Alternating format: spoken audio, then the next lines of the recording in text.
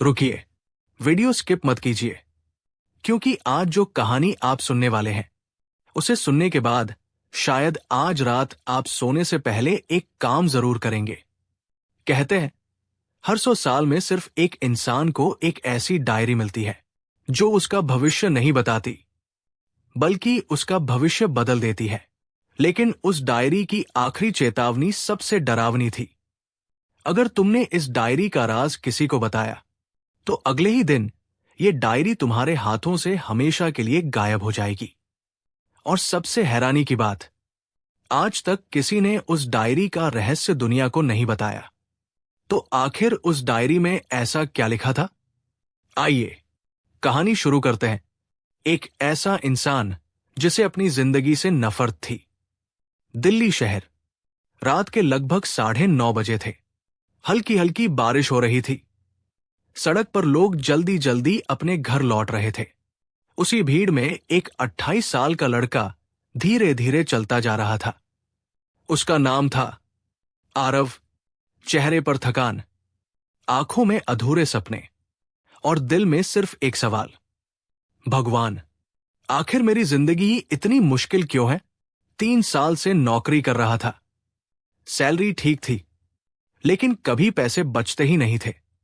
दोस्त अपने अपने जीवन में आगे निकल चुके थे। घर वाले रोज शादी की बात करते थे। ऑफिस में मेहनत कोई और करता था, लेकिन प्रमोशन किसी और को मिल जाता था। धीरे धीरे आरव ने एक आदत बना ली थी, हर चीज की शिकायत करना। अगर बारिश होती तो शिकायत, धूप निकलती तो शिकायत, काम मिलता तो शिकायत, काम नहीं मिलता तो भी शिकायत। उसे लगता था कि पूरी दुनिया उसके खिलाफ है। वो दुकान जो किसी नक्शे में नहीं थी। उस रात बारिश अचानक तेज हो गई। आरव भागते हुए एक पुरानी गली में पहुंच गया। वहां उसने एक बहुत छोटी सी दुकान देखी। ऊपर लकड़ी का टूटा हुआ बोर्ड लगा था, जिस पर लिखा था, यादों की किताबें। अजीब बात यह थी, आरव रोज इसी रास्ते से ऑफिस आता जाता था, लेकिन उसने ये दुकान पहले कभी नहीं देखी थी। वो अंदर चला गया। दुकान के अंदर इतनी शांति थी कि घड़ी की टिक टिक भी साफ सुनाई दे रही थी। चारों तरफ पुरानी किताबें थी। कुछ पर धूल जमी थी, कुछ पर नहीं। काउंटर के पीछे लगभग 80 साल का एक बूढ़ा बैठा था। सफेद दाढ़ी, शांत आंखें और चेहरे पर ऐसी मुस्कान जैसे उसे सब कुछ पहले से पता हो। बूढ़े ने बिना ऊपर देखे कहा, देर हो गई, मैं तुम्हारा इंतजार कर रहा था। आरव चौंक गया। आप मुझे जानते हैं? बूढ़ा मुस्कुराया, मैं नहीं, लेकिन ये डायरी तुम्हें जानती है। उसने धीरे से मेज के नीचे से एक काले रंग की चमड़े की डायरी निकाली। उस पर कोई नाम नहीं लिखा था, सिर्फ एक सुनहरा चिन्ह बना हुआ था। पहली चेतावनी। आरव ने डायरी खोली। पहला पन्ना बिल्कुल खाली था। फिर अचानक उसके सामने शब्द उभरने लगे, जैसे कोई अदृश्य हाथ उन्हें लिख रहा हो। उस पर लिखा था, अगर तुम ये पढ़ पा रहे हो तो इसका मतलब है कि तुम्हें अभी भी बदला जा सकता है। आरव के हाथ कांप गए। उसने जल्दी से अगला पन्ना पलटा। वहां लिखा था, अगले 30 दिनों तक हर रात सोने से पहले 3 ऐसी बातें लिखना जिनके लिए तुम सच्चे दिल से आभारी हो। लेकिन याद रखना, अगर एक भी शब्द झूठ हुआ तो डायरी हमेशा के लिए तुम्हें छोड़ देगी। आरव हंस पड़ा। उसे लगा यह किसी लेखक की बनाई हुई चाल होगी। वो डायरी बंद करके जाने लगा। तभी बूढ़े ने पीछे से आवाज दी, बेटा, अगर जिंदगी नहीं बदलनी तो ये डायरी यही छोड़ दो। आरव कुछ सेकंड तक चुप खड़ा रहा। फिर उसने डायरी उठाई और बिना कुछ बोले बाहर निकल गया। उसे बिल्कुल अंदाजा नहीं था कि अगले 30 दिनों में वो सिर्फ अपनी आदतें नहीं, बल्कि पूरी जिंदगी बदलने वाला था। उस रात घड़ी में ठीक 12:00 बजे आरव ने पहली बार डायरी खोली। लेकिन जैसे ही उसने पहला शब्द लिखने के लिए पेन उठाया, डायरी के आखिरी पन्ने से किसी के रोने की आवाज आने लगी। आखिर उस डायरी में कौन था? और आधी रात को वो आवाज क्यों आ रही थी? घड़ी में ठीक 12:00 बजे थे। पूरा कमरा शांत था। आरव ने जैसे ही डायरी का पहला पन्ना खोला, उसे लगा जैसे किसी ने बहुत धीरे से उसका नाम लिया। आरव। उसने तुरंत पीछे मुड़कर देखा। कमरे में कोई नहीं था। खिड़की बंद थी। दरवाजा अंदर से लॉक था। उसने खुद को समझाया, शायद मेरा वहम है। उसने पेन उठाया और लिखना शुरू किया। मैं आज के खाने के लिए आभारी हूं। जैसे ही पहला वाक्य पूरा हुआ, डायरी के पन्ने पर हल्की सुनहरी रोशनी फैल गई। कुछ सेकंड बाद वो रोशनी गायब हो गई। आरव डर गया, लेकिन उसने बाकी 2 बातें भी लिख दी। मैं अपने माता पिता के लिए आभारी हूं। मैं आज भी जिंदा हूं। उस रात वो बहुत देर तक सो नहीं पाया। अगली सुबह अलार्म बजने से 5 मिनट पहले ही उसकी आंख खुल गई। ये पहली बार था। वो बिना किसी आलस के तैयार होकर ऑफिस चला गया। रास्ते में उसने देखा, एक छोटा बच्चा सड़क किनारे बैठा था। उसके हाथ में फटा हुआ स्कूल बैग था। बच्चा भूखा लग रहा था।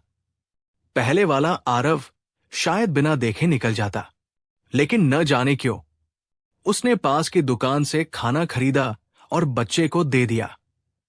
बच्चे के चेहरे पर मुस्कान आ गई। वो मुस्कुराकर बोला, भैया, भगवान आपका भला करे। बस इतनी सी बात थी।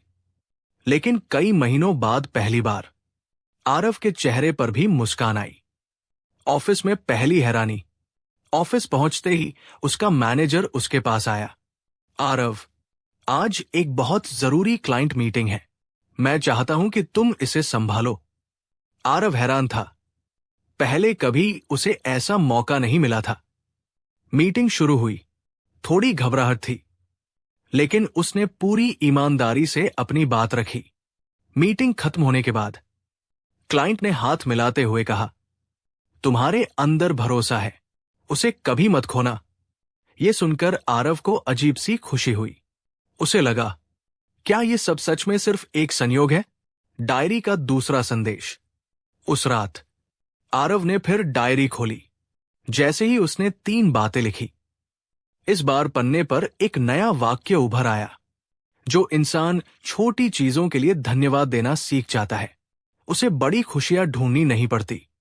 आरव कुछ देर तक उस वाक्य को देखता रहा। फिर डायरी अपने आप बंद हो गई। अब उसे यकीन होने लगा था कि यह कोई साधारण डायरी नहीं है। दिन बीतते गए। 5 दिन, 7 दिन, 10 दिन। अब आरव बदलने लगा था। सुबह उठते ही वो शिकायत करने के बजाय खिड़की खोलकर सूरज की रोशनी देखता और धीरे से कहता, धन्यवाद। वो ऑफिस के सिक्योरिटी गार्ड को मुस्कुराकर नमस्ते करता, चाय वाले से हालचाल पूछता, घर पहुंचकर मां को फोन करता। धीरे धीरे लोग भी उसके साथ बदलने लगे। ऑफिस में जो लोग पहले उससे दूरी बनाकर रखते थे, अब वही लोग उसकी सलाह लेने लगे। पुरानी किताबों की दुकान। 10वें दिन आरव फिर उसी दुकान पर पहुंचा, लेकिन इस बार वहां कुछ भी नहीं था। न दुकान, न बोर्ड, न बूढ़ा आदमी, सिर्फ एक खाली दीवार। उसने आसपास के लोगों से पूछा, यहां किताबों की दुकान कहाँ गई? सबने एक ही जवाब दिया, भाई साहब, यहां तो पिछले 20 साल से कोई दुकान ही नहीं। आरव के पैरों तले जमीन खिसक गई। अगर दुकान थी ही नहीं, तो उसे डायरी किसने दी? डायरी का सबसे बड़ा राज। उस रात आरव ने कांपते हाथों से डायरी खोली। इस बार बिना कुछ लिखे ही एक नया संदेश उभर आया, अब तुम सच जानने के लिए तैयार हो। उसने अगला पन्ना पलटा।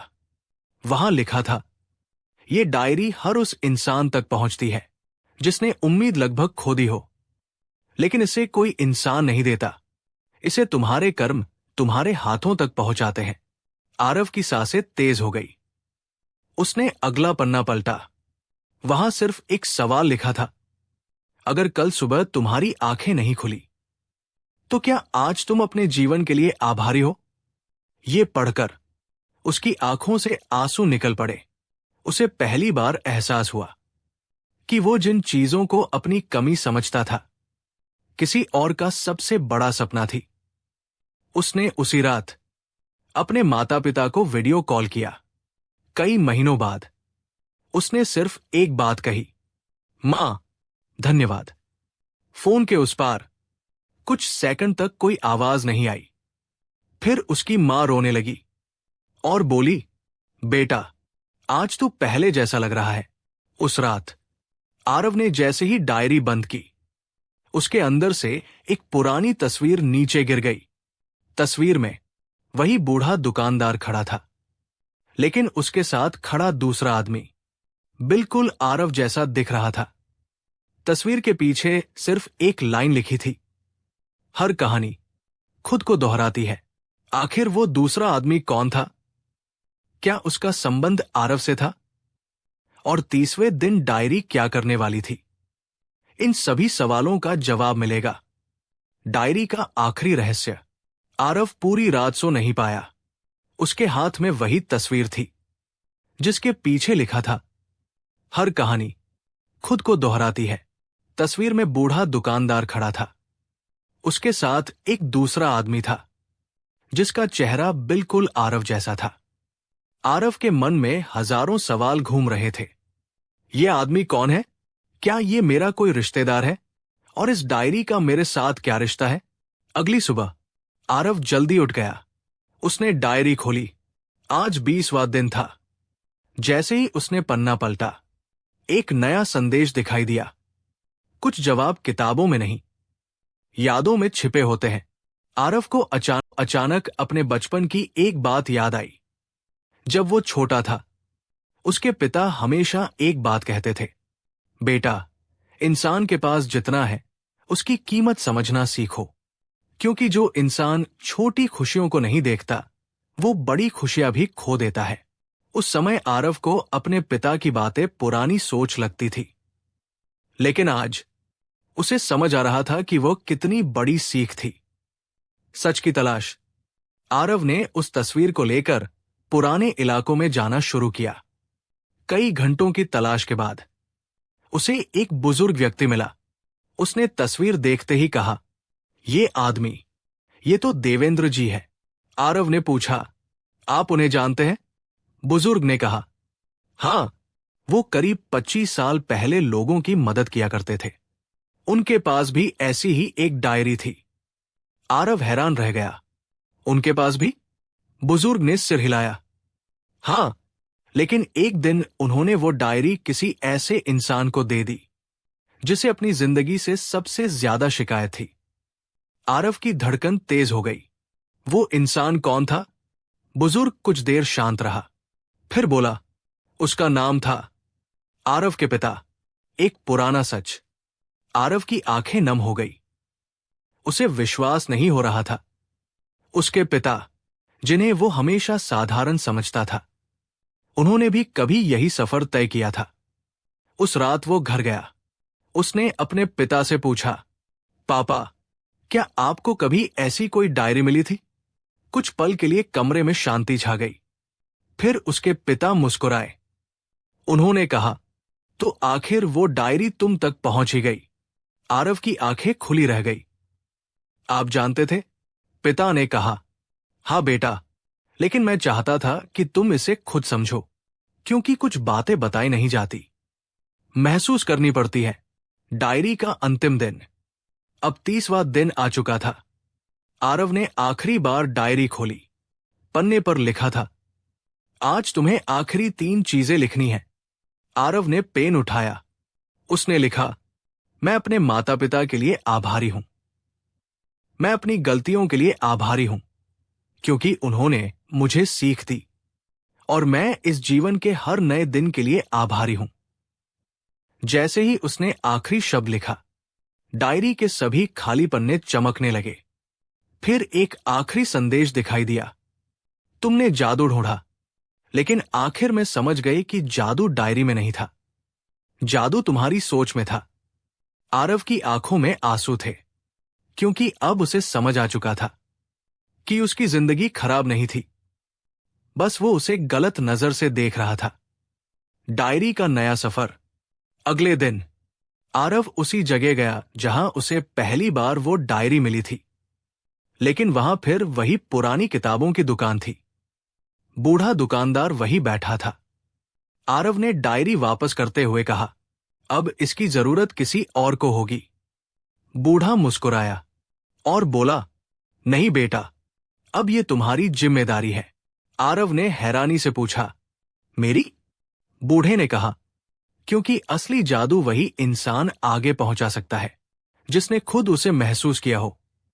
कुछ साल बाद आरव की जिंदगी पूरी तरह बदल चुकी थी। वो सफल था, लेकिन सबसे बड़ी बात यह थी कि अब वो खुश था। वो लोगों की मदद करता, दूसरों को उम्मीद देता, और जब भी कोई इंसान अपनी जिंदगी से परेशान होकर उसके पास आता, वो सिर्फ एक बात कहता, अपनी जिंदगी में मौजूद अच्छी चीजों को देखना शुरू करो। क्योंकि कई बार जिसे हम सामान्य समझते हैं वही किसी और का सपना होता है। दोस्तों, इस कहानी का सबसे बड़ा संदेश यही है कि जिंदगी में बदलाव बाहर से नहीं आता। बदलाव तब शुरू होता है जब हमारी सोच बदलती है, जब हम शिकायतों की जगह आभार चुनते हैं, जब हम कमी देखने के बजाय उन चीजों की कीमत समझते हैं जो हमारे पास पहले से है।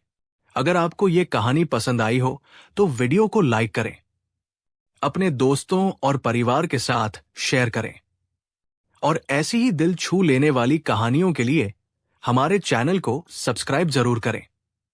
मिलते हैं अगली प्रेरणादायक कहानी के साथ। धन्यवाद।